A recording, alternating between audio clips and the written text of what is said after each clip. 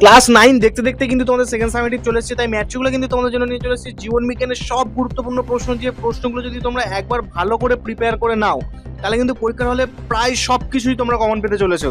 তো চলো প্রশ্নগুলো দেখে নিই। সঠিক উত্তরটি নির্বাচন করো। প্রতিটি প্রশ্নের মান কিন্তু এখানে 1। রক্তে শর্করার স্বাভাবিক পরিমাণ হলো 100 সিসি রক্তে। অপশনসগুলো দেখে নাও। উত্তর হলো 80 to 120 mg। শ্বাসনালীর দ্বারা শ্বাসকার্য চালায়। অপশনসগুলো দেখো। উত্তর হলো আরশোলা। উদ্ভিদ দেহে যে মৌলের অভাবে পাতার ক্লোরোফিল গঠিত হতে পারে না তা হলো, অপশনস হলো নাইট্রোজেন। একটি N2 বিহীন রেচন পদার্থ হলো, অপশনসগুলো দেখো না। উত্তর হলো গদ। প্রতি মিনিটে বৃক্কের মাধ্যমে পরিশ্রুত রক্তের পরিমাণ, অপশনসগুলো দেখে নাও। উত্তর হলো 1200 ml। নির্দেশ মতো অতি সংক্ষিপ্ত প্রশ্নের উত্তর দাও। প্রতিটি প্রশ্নের মান এখানে 1। একটি বাক্যে উত্তর দাও। প্রতিটি প্রশ্নের মান কিন্তু এখানে 1। ক্লোরোফিল বি এর সংকেত কি? উত্তরটি কিন্তু খুব ভালো করে দেখে নাও। মানুষের স্থায়ী দন্ত সংকেত লেখো। উত্তরটি খুব ইম্পর্টেন্ট, ভালো করে দেখো। স্টোমাটা কাকে বলে? এটাও খুব ইম্পর্টেন্ট, ভালো করে দেখে নাও। রক্তবাহে রক্ত জমাট বাঁধে না কেন? উত্তরটি কিন্তু দেখে নাও।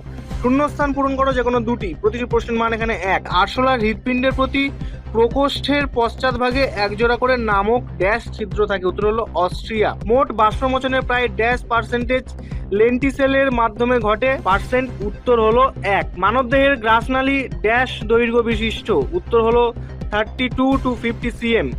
বাম স্তম্ভের সঙ্গে ডান স্তম্ভ মেলাও। প্রতিটি প্রশ্নের মান কিন্তু এখানে 1। ভালো করে দেখে নাও কিন্তু।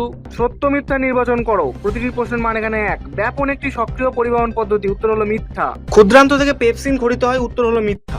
নিচের প্রশ্নগুলির উত্তর দাও যে কোনো 5টি। প্রতিটি প্রশ্নের মান কিন্তু এখানে 2 করে। বিএমআর কাকে বলে? উত্তরটি কিন্তু খুব ভালো করে দেখে নাও। সিএসএফ এর পুরো নাম কি, এর কাজ কি? উত্তরটি কিন্তু খুব ইম্পর্টেন্ট, ভালো করে দেখো। টিসিএ চক্র কাকে বলে ও কেন বলে? এটাও কিন্তু খুব ইম্পর্টেন্ট, খুব ভালো করে দেখো।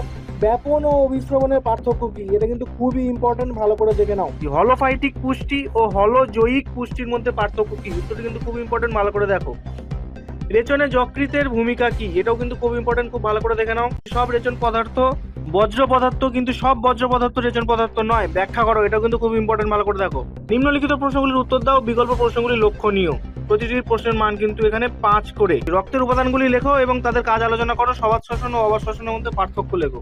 অথবা উদ্ভিদের পরভোজী পুষ্টি ক প্রকার ও কি কি? প্রতিটি সংজ্ঞা সহ উদাহরণ দাও। উত্তরটি কিন্তু খুব ইম্পর্টেন্ট, ভালো করে দেখো।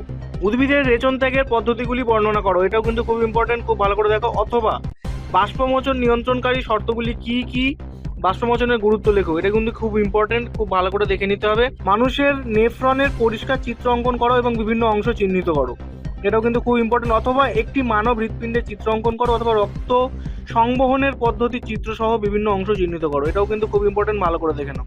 এই ধরনের আরো ইনফরমেটিভ ভিডিও পেতে আমাদের ইউটিউব চ্যানেলটাকে সাবস্ক্রাইব করো, শেয়ার করো, লাইক করো এবং পুরো পিডিএফটা যদি তোমরা পেতে চাও তাহলে এখনই প্লে স্টোরে গিয়ে ম্যাথগুলো অ্যাপটা ডাউনলোড করো।